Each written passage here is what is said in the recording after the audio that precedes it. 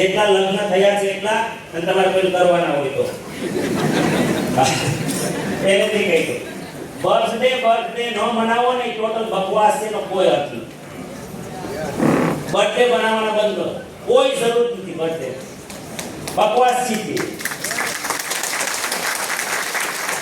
મારી જિંદગીનું 1 વર્ષ ઓછું થયું, એમાં હું મનાવવાનું? બર્થડે કોને કહેવાય ખબર છે? એવું જીવન હું જીવું કે મારો બર્થડે દુનિયા મનાવે તો બર્થડે છે. પણ હું આગ્રહપૂર્વક કહું છું તમને, પરિવારને, કે ઉંમર તમારી ગમે એટલી મોટી થઈ ગઈ હોય તો પણ મેરેજ એનિવર્સરી જરૂર મનાવો, જરૂર મનાવો. અને જે દિવસે મેરેજ એનિવર્સરી હોય ને, પાછા માનવા વાળું યાદ કરવાનું.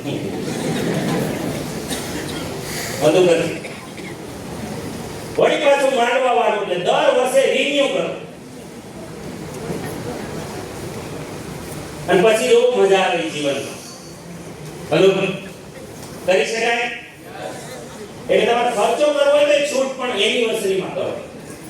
મનાવવું હોય તો એનિવર્સરી મનાવો. બર્થડે તો એક જીવન, આખું જીવન જ ઓછું થતું જાય છે, એમાં શું શોખ હોય?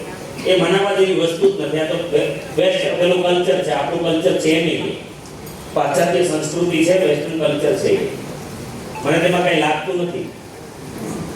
અને ફેસબુકમાં લખે આજ મારો જન્મ દિવસ છે, હવે લખવું પડે તો એ જીવન જીવન જ થતું. સમજાય છે વાત? દુનિયાને યાદ રાખો તો રાખે, આપણે કામ એવું કરી કે એ ગોતે આખી જન્મ તારીખ આપે. તો આ મનાવવા જેવું છે સફળતા માટે. યસ, ચાલો કરશો. હું અહીંથી મંત્ર બોલીશ,